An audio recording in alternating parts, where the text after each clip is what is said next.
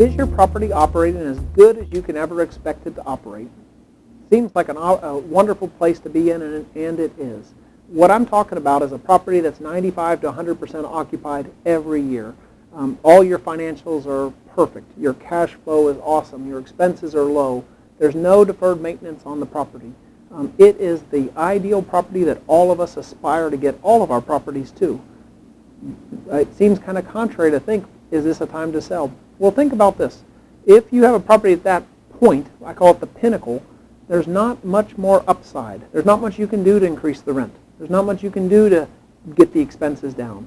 You've already done all the deferred maintenance, so that is about as good as it's ever going to get. And the reality is you can stay there and just maintain it, and that's not a bad position to be. But by holding it, you may have some opportunity costs that you're missing. This is really where you start thinking about your personal short-term and long-term goals. You've done all the work to get it to this point. You've made it a great property. It's very, very attractive to an investor at this point also. So it is a great time to sell in many ways, but you got to think about what drove you to get the property there, the work you put into it. You may have done that so you could live in it, to be near family, or to rent it and hold it.